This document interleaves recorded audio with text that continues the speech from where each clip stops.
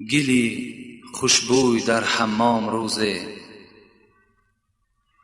رسید از دست محبوب به دستم. بدو گفتم که مشکی یا عبیری، که از بوی دلاویزی تو مستم. بگفتا من گلی ناچیز بودم، ولیکن مدت با گل نشستم. جمال همنشین در من اثر کرد، وگرنه من همان خاکم که هستم. خدا رحمت کند حضرت سعدی را که می‌فرماید که یک تمثیلی هست که در حمام روز در دست من یک گل افتاد. گل گفته لای را میگویم. یک کمی لای در دست من افتاد که به نهایت یعنی مثل مشک و عبیر بود. مشک آن چیزی که ما و شما از خوشبویی ها استفاده میکنیم، یا که بگیم به طریق فرهنگیش از ناف آهو مشک به زمین میریزد. عبیرش هم یکی از خوشبویی هایی که خشک است که او را در بدن میمالند. یعنی هر دو اینها چیزهای خوشبو هستند.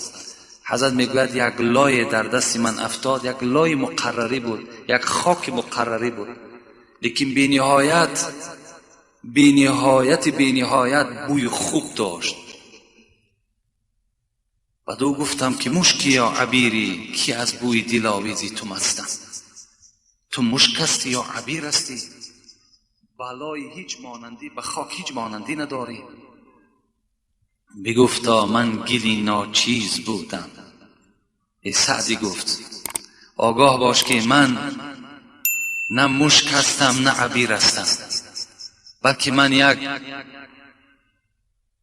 خاک مقرری هستم، یک لای عادی هستم، ولیکن مدت با گل نشستم. این بوی خوشی که از من میبینی، حضرت گفتن سبب اون دارد که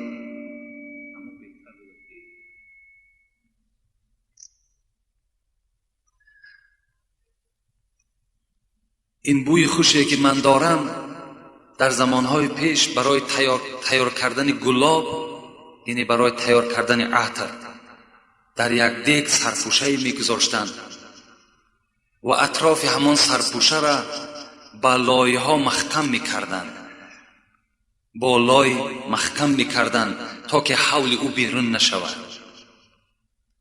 این لایه که در دست سعدی زد، این همون میپوشاندگی اطراف سرپوشه همون گلاب بود.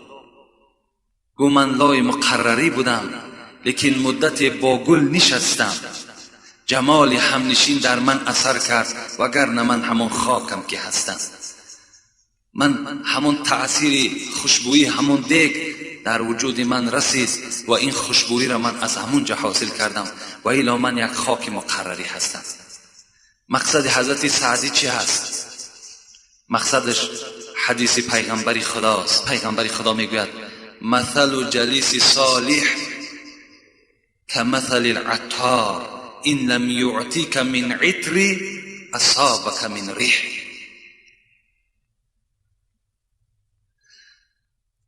پیغمبر گفتند همنشین با آدمی نیک، با آدمی خوب، با عالم، همنشین در صحبت امر معروف و نهی از منکر مثل دکان عطر فروش است. این لم یعطیک من عطر اصابک من ریح. اگر چنده که دکان فروش عطر به تو عطا هم که نکند، از بوی خوش او تو استفاده میکنی. اگر چنده که شما علم داملا را گرفته هم که نتانین، لکن از صحبت او بهره میبرید، از صحبت او شما فایده میکنید. از این خاطر چی میگوید مولوی؟ از این گویم به نیکان زود آمیز. مادامی فهمیدی که همنشینی با آدم خوب، همنشین در مجلسی نیک اینقدر جزای نیک داشته باشد، از این گویم به نیکان زود آمیز، اگر پا داری از بد دور بگریز. اگر نصیحت مولوی را گوش کنید، میگوید مادامی که اگر این صحبت ها را که شما درک کرده باشین، از نزد علما دور نروین، در دایره اونها جمع شوین. اگر پا داری از بد دور بگریز. لیکن اگر خدا به تو پای دوان داده باشد، پای درست داده باشد، اگر مجلسی آدمهای ناخوب و پلید و بدکردار و بدگفتار و بد اصل را وقتی که دیدین، شما باید ترک کنین. گفتن زی صحبی نیک و بد پیداست تأثیر، زی نیکان شهد نوش از بد مخور تیر. زیرا میگوید که صحبت تأثیر دارد، صحبت عالم به خودش تأثیر دارد، صحبت فاسق به خودش تأثیر دارد. زی صحبی نیک و بد پیداست تأثیر، زی نیکان شهد نوش از بد مخور تیر. کی زخمی تیری بد آرد هلاکی، بگردان از خبیثان رو به پاکی. زگردی دامنی پاکان شوی پاک، دکانی صابونت اینجا مجو زاک.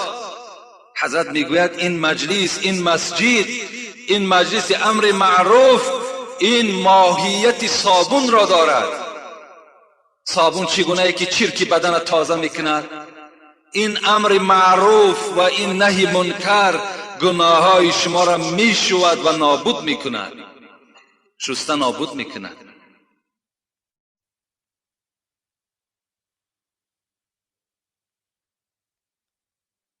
حضرت سفیان ثوری چی میگوید؟ میگوید النظر الی وجه الاحمق خطیئة مکتوبة. حضرت گفتند من به شما مثل پیغمبر خدا نصیحت میکنم که هیچگاه به آدمهای احمق یار و رفیق نشوید.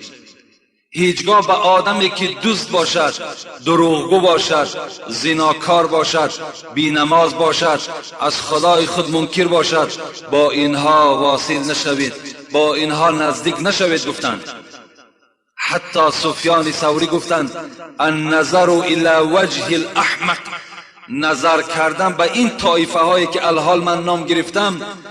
حضرت گفتند خطایی هست که، گناه هست که خدا این در نامه اعمال شما می نویسد، حتی نگاه کردن به چهره اونها. زیرا که صحبت آدم های بعد به فرزند حضرت نوح کنعان چی داد؟ پسری نوح با بدان بنشست، خاندان نبوتش گم شد. سگ اصحاب کهف روز چند پی نیکان گرفت و مردم شد. سگ مردم شد، برای پی نیکان گرفت.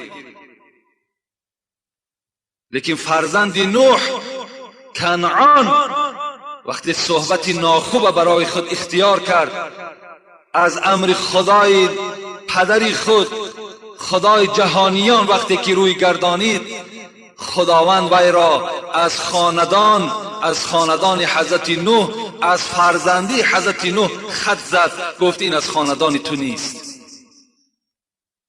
با بدان کم نشین که صحبت بد گرچه پاکی تو را پلید کند، آفتابی بر این بزرگ را پاره ابر ناپدید کند. این حضرت ها بیهوده نگفتند. صحبت های آدم ناخوب برای خود اختیار نکنین، این صحبت بهترین صحبت برای شماست.